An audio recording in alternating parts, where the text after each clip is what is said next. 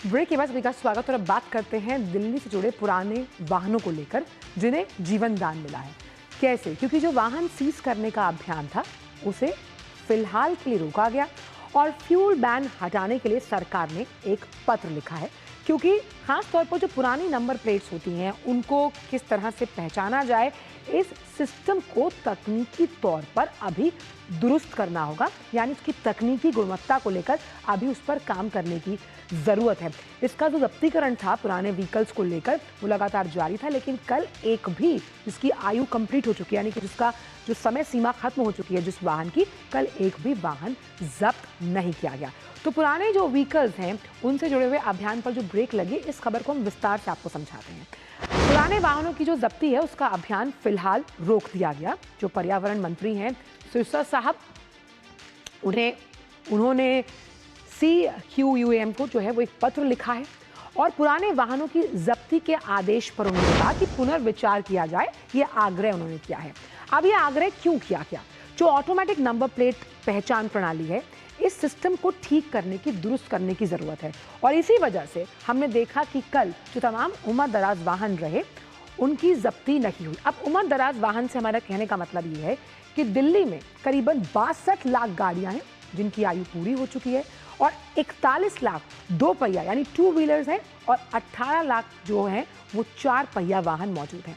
दिल्ली सरकार का लगातार मानना है कि जो फैसला लिया गया था, जिस अभियान पर अभी रोक लगाई गई है, हम दिल्ली के नागरिकों के साथ हैं, हम उनके जो हित हैं उनके साथ खड़े हुए हैं। और ये किस बात की तस्दीक करता है? जो CM रेखा गुप्ता साहिबा हैं, उन्होंने एक ट्वीट किया। उन्होंने दिल्ली के नागरिकों को जो तमाम कठिनाइयां हो रही हैं उसे देखते हुए जो ट्वीट किया है उसमें ये कहा कि हमारी सरकार ने commission for air quality management CAQM उसको पत्र लिखा है, अनुरोध किया है कि एंड ऑफ वाहन लाइफ, यानी कि जिनकी लाइफ खत्म हो रही है, जिनकी आयु खत्म हो रही है, उन वाहनों को ईंधन ना देने के निर्णय पर ये जो फैसला लिया गया, ये डिसीजन लिया गया, इस पर पुनर्विचार किया जाए। अब ये पुनर्विचार क्यों जरूरी है? ये निर्णय लाखों परिवारों की रोजमर्रा की जिंदगी और उनकी आजीविका को प्रतिकूल रूप से प्रभावित कर रहा है। वहीं उन्होंने अपने ट्वीट में साफ तौर पर लिखा कि हमारी जो सरकार है वो जो आम जनता है उनके हितों को साथ लेकर खड़ी हुई है और इन्हीं हितों को लेकर वो चल रही है। अब पुनर्विचार के पीछे ये जो ट्वीट है ये तो हमने आपको बताया, लेकिन इसके कुछ जो मुख्य कारण हैं आइए वो भी समझने की कोशिश करते हैं कि आखिरकार ये अभियान क्यों रोका गया। जिस नंबर प्लेट सिस्टम की हम बात कर रहे हैं उसमें तकनीकी खामियां हैं, खामियों से ज़्यादा उससे तकनीकी तौर पर मॉडिफाई और उच्च गुणवत्तापूर्ण बनाने की ज़रूरत है। ANPR कैमरे, ये ANPR कैमरे आखिर हैं क्या? ये कैमरे वो हैं जो अगर आपकी नंबर प्लेट जो साल दिए गए हैं उनसे पुराने हैं तो वो उनको डिटेक्ट कर ले, लेकिन ऐसे उपेक्षित परिणाम अभी आ नहीं रहे। अब कैमरे का जो प्लेसमेंट है, सेंसर है, उनकी स्पीकर और काम करने में भी परेशानी आ रही है, और क्योंकि ये जटिल प्रणाली है टेक्नोलॉजी के लिहाज से, इसीलिए और पड़ोसी राज्यों का एकीकरण भी इस फैसले को लेकर नहीं था। और इसीलिए दिल्ली के जो पर्यावरण मंत्री हैं मनजिंदर सिंह सिरसा, उन्होंने आप पार्टी को घेरा है और साफ तौर पर उन्होंने क्या कहा, पहले आपको वो सुनवाते हैं। 10 साल तक दिल्ली की अकेली देश की ऐसी स्टेट है, ऐसा डिस्ट्रिक्ट है, ऐसा राजधानी है, ऐसा यूटी है जिसके अंदर 10 साल और 15 साल के व्हीकल चलना पे मनाही है। और दिल्ली की सरकार ने जानबूझकर इस ऑर्डर को फर्दर इंप्लीमेंट किया, बजाय कि जाके सुप्रीम कोर्ट को और NGT को बताते और काम नेक करते जिससे दिल्ली का पोल्यूशन कम होता। इसकी बजाय उन्होंने नए कार डीलरों से पैसा लेकर उनसे लेन देन किया और उस लेन देन के एवज में ये कानून बनाकर रख दिया।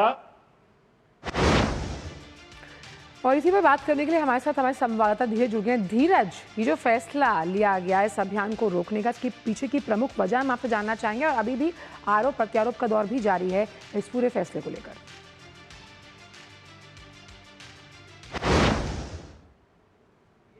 इस फैसले के पीछे की अगर सच्चाई को जानेंगे तो इसके पीछे कई कहानी है।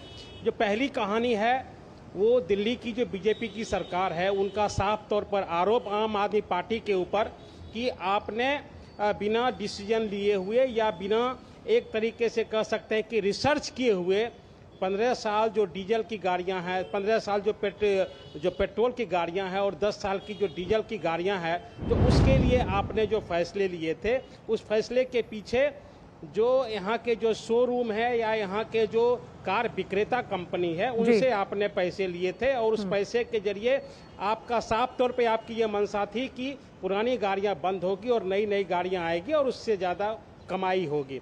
दूसरा जो सबसे बड़ा फैसला है जो कि दिल्ली सरकार ने लिया है, दिल्ली सरकार ने जब ये फैसला लिया तब उन्होंने ये सोच के लिया था कि बहुत आसानी से इस फैसले को दिल्ली की जनता को सुना दिया जाएगा और इसको अमली जामा भी पहना दिया जाएगा।